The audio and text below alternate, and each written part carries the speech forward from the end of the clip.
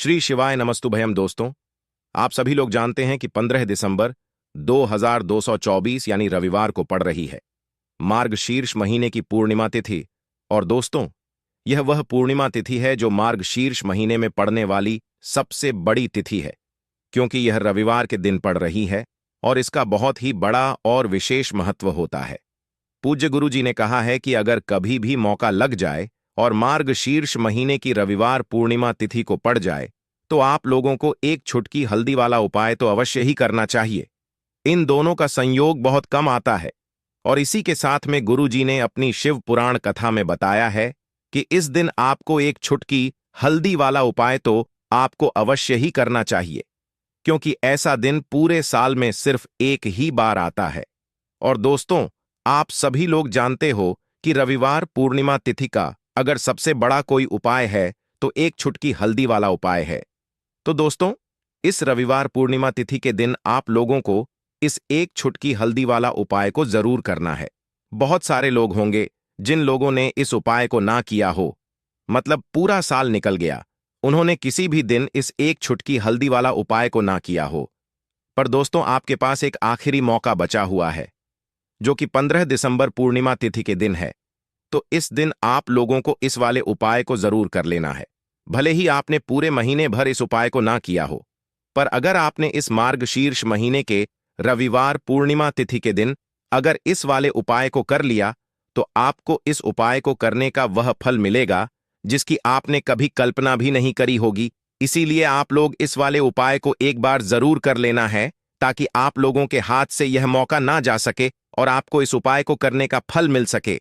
दोस्तों, यह उपाय पंडित जी ने अपनी अभी की ही श्री शिव महापुराण की कथा में बता आया है, जिस उपाय को आज हम आपको बहुत अच्छे से समझाने वाले हैं। इस वीडियो को देखने के बाद इस उपाय को समझने के लिए आपको कोई और वीडियो को देखने की जरूरत नहीं पड़ेगी। तो चलिए दोस्तों, उपाय को शुरू करते हैं। देखिए, यह इस मार्गशीर्ष महीने के रविवार पूर्णिमा तिथि के दिन यह इतना खास होता है, इतना महत्वपूर्ण होता है। देखा गया है कभी कभी बड़े बड़े पूजा पाठ अनुष्ठान से जो मनोकामना पूर्ण नहीं होते, वह मार्गशीर्ष महीने के रविवार पूर्णिमा तिथि के दिन एक छोटे से उपाय करने से ही आपकी मनोकामना पूर्ण हो जाती है। और बहुत सारे लोगों ने इस उपाय को किया भी है और उनको इस उपाय को करने का फल भी जरूर मिला है। अगर आप लोग भी इस उपाय को करना चाहते हैं तो आप इस उपाय को पहले अच्छे से समझ लेना, सुन लेना, उसके बाद करना। आपको इस उपाय का फल जरूर मिलेगा। और इस उपाय को कर लेने से आपके घर में चाहे किसी भी प्रकार की दुख और समस्या क्यों ना चल रही हो, आपको उसका कारण भी नहीं पता है कि भाई यह समस्या किस कारण से चल रही है। उसका कुछ भी कारण हो सकता है, जैसे पितृदोष हो सकता है या किसी भी तरह का मंगल दोष भी हो सकता है। तो इस दिन आप लोगों को यह वाला उपाय कर लेना है। यह एक ऐसा उपाय है जिस उपाय को अगर किसी विशेष दिन पर किया जाए तो भाई उस विशेष दिन का जो है वह तो हमें मिलता ही मिलता है, पर हमने उस दिन पर इस उपाय को किया है तो हमें उससे भी बड़ा फल मिलता है, और फल बहुत जल्दी मिलता है, क्योंकि आप इस उपाय को बहुत ही बड़े और विशेष दिन पर कर रहे हो। तो चलिए अब उपाय के बारे में बात करते हैं, लेकिन उससे पहले आप लोगों को यह जानना आवश्यक है कि आखिर यह उपाय किस समय करना है, किसको करना है और कैसे करना है। तो चलिए हम आगे आपको वीडियो में एक एक करके बता देते हैं। लेकिन उससे पहले अगर आप लोग हमारे चैनल पर पहली बार आए हैं या फिर मेरी आवाज आज पहली बार सुन रहे हैं तो हमारे चैनल को सब्सक्राइब जरूर कर लेना और इस वीडियो को लाइक करके कमेंट बॉक्स में श्री शिवाय नमस्तुभ्यम ओम नमः शिवाय जरूर टाइप कर देना। तो दोस्तों, इस एक छुटकी हल्दी वाला उपाय को हमें इस रविवार पूर्णिमा तिथि के दिन कैसे करना है, किसको करना है, किस समय करना है और कहां पर करना है, ये सारे सवालों के जवाब आपको इस वीडियो में मिल जाएंगे। और जो ये वीडियो देखेगा भाई, उसको एक छुटकी हल्दी वाला उपाय जरूर करना चाहिए, क्योंकि इस दिन एक छुटकी हल्दी का भी बहुत ही बड़ा और विशेष महत्व होता है। और जब बात आ जाए एक छुटकी हल्दी वाला उपाय की, तो यह सोने पर सुहागा वाली बात हो जाती है और यह एक बहुत ही बड़ा उपाय हो जाता है इस रविवार पूर्णिमा तिथि का। तो अब दोस्तों, इस एक छुटकी हल्दी वाला उपाय को आखिर करना किसको है, सबसे पहले हम लोग वह बात जान लेते हैं। तो देखो, घर की जो बड़ी माताएं बहनें होती हैं, उन माताओं बहनों में से कोई भी एक बड़ी माता बहन इस वाले उपाय को कर सकती है। और दोस्तों, अगर आप चाहें तो अपने घर में से सभी सदस्यों को भी इस उपाय को करवा सकते हैं।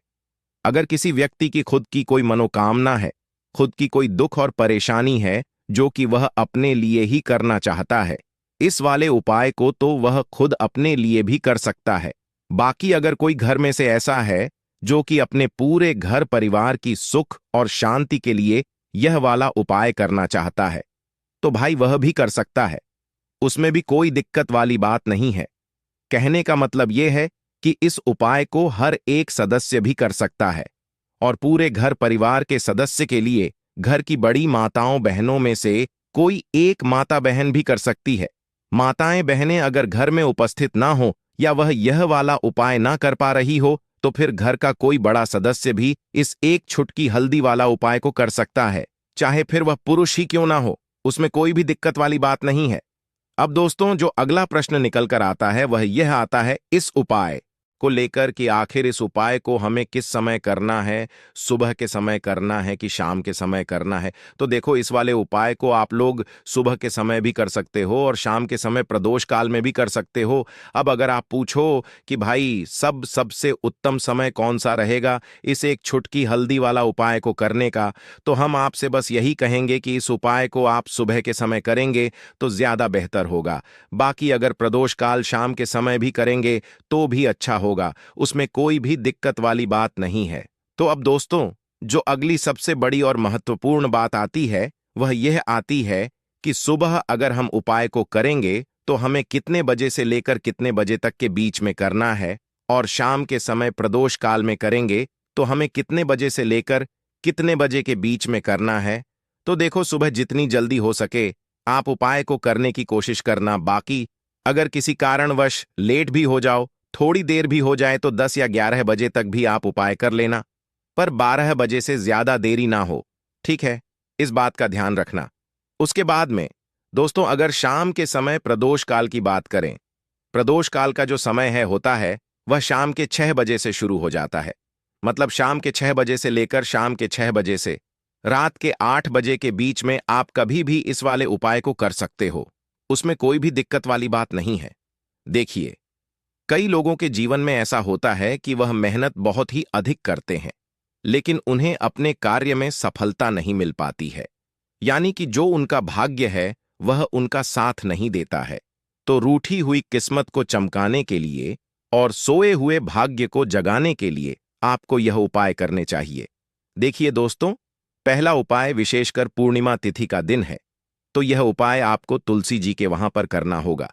देखिए, इस उपाय को करने के लिए सबसे पहले तो आपको मात्र एक स्टील के पात्र के अंदर 2 चम्मच कच्चा दूध मिलाना है और इसी पात्र के अंदर आपको शुद्ध जल भरना है और इसी के साथ में आपको एक चुटकी हल्दी भी इसी पात्र में डाल देनी है। यानी कि आपको स्टील के पात्र के अंदर कच्चे दूध से युक्त जल तैयार करके उसमें एक चुटकी हल्दी डालना है और इस पात्र को आपको तुलसी जी के पौधे के वहां पर लेकर के पहुंचना है। अब यह जो जल है इसे आपको तुलसी जी के पौधे में धीरे धीरे अर्पित करना है।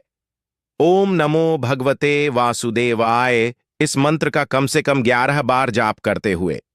देखिए दोस्तों, जो भी व्यक्ति पूर्णिमा तिथि में कच्चे दूध से युक्त जल और हल्दी से युक्त जल इस प्रकार से तो तुलसी जी के पौधे में अर्पित करता है, तो यकीन मानिए आपके जीवन में सफलता से जुड़ी जितनी भी समस्याएं हैं, यानी कि आपका किसी भी प्रकार का यदि कार्य अटक रहा है, आपको जिन भी कार्यों में अड़चन आ रही हैं, तो वह सभी अड़चन इस उपाय से दूर होगी।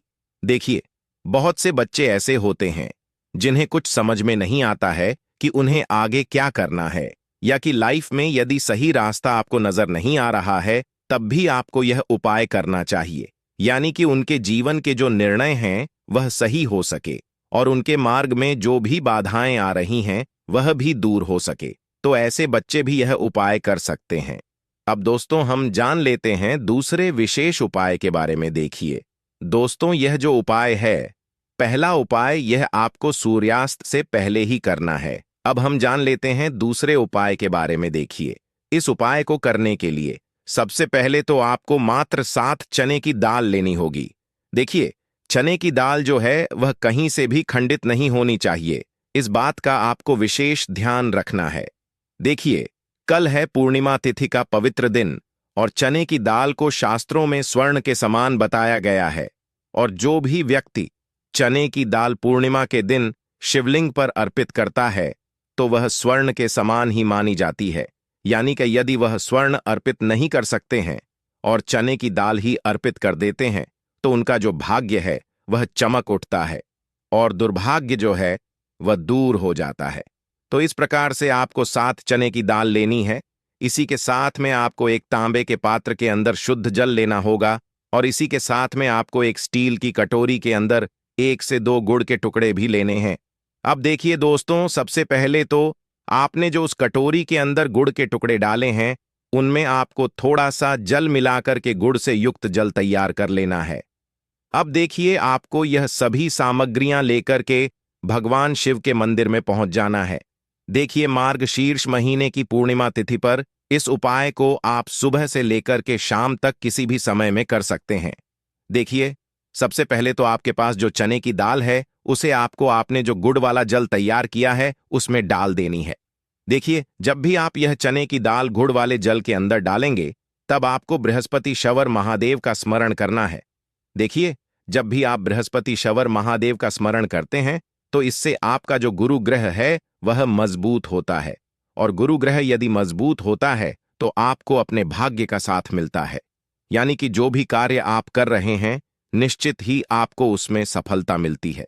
अब देखिए, आपने जो गुड़ वाले जल के अंदर चने की दाल डाली थी उसे आपको शिवलिंग पर अर्पित कर देनी है। जो भी व्यक्ति पूर्णिमा तिथि के दिन चने की दाल इस प्रकार से शिवलिंग पर अर्पित कर देता है उसकी जो किस्मत है वह चमक उठती है। देखिए, चाहे आप किसी भी प्रकार का व्यापार कर रहे हैं तो आपको अपने व्यापार का स्मरण करना है और आपको यह जो चने की दाल है शिवलिंग पर अर्पित कर देनी है। अब देखिए दोस्तों, आपके पास जो एक लौटा शुद्ध जल है उसमें से थोड़ा सा जल श्री गणेश जी वाले स्थान पर अर्पित करना है, फिर थोड़ा सा जल कार्तिकेय जी वाले स्थान पर, फिर माता अशोक सुंदरी वाले स्थान पर, फिर माता पार्वती के हस्त कमल पर आपको थोड़ा सा जल अर्पित कर देना है और अंत में जो शेष जल बचेगा उसे पूरा आपको भगवान शिव के शिवलिंग पर अर्पित कर देना है। श्री शिवाय नमस्तुभयम इस मंत्र का जाप करते हुए और बृहस्पति शवर महादेव का स्मरण करते हुए। तो बस इतना सा उपाय आपको करना है। महादेव आपके जीवन का जितना भी बुरा समय है उसे समाप्त कर देंगे। देखिए दोस्तों, अब हम जानते हैं तीसरे उपाय के बारे में। यह उपाय केवल पूर्णिमा तिथि पर ही किया जाता है और बहुत ही प्यारा सा उपाय है। मात्र आपको 3 स्वास्तिक का निर्माण करना है। विशेषकर गुरु बृहस्पति को मजबूत करने के लिए, जीवन के दुर्भाग्य को दूर करने के लिए, जीवन में यदि धन की समस्या है तो उसे समाप्त करने के लिए आपको यह उपाय करना चाहिए। देखिए, बहुत ही ध्यान से समझना है। मात्र आपको 3 हल्दी के स्वास्तिक अपने घर पर बनाने हैं। देखिए, इस उपाय के लिए सबसे पहले तो आपको मात्र 1 छुटकी हल्दी लेना है। उसमें आपको थोड़ा सा शुद्ध जल मिलाना है। यदि आपके पास गंगा जल है तो थोड़ा सा गंगा जल उस हल्दी में मिला लेना है। देखिए दोस्तों, आपको अपने सीधे हाथ की चीठी उंगली के पास वाली जो उंगली है, अनामिका उंगली, उसमें हल्दी लेनी है और हल्दी का जो पहला स्वास्तिक है आपको अपने मुख्य द्वार पर बनाना है। जब भी आप पहले स्वास्तिक का निर्माण करेंगे तब आपको ओम महालक्ष्मी नमः इस मंत्र का 11 बार जाप करना है। अब देखिए, दूसरा जो स्वास्तिक है इसे आपको अपने घर के मंदिर में बनाना है।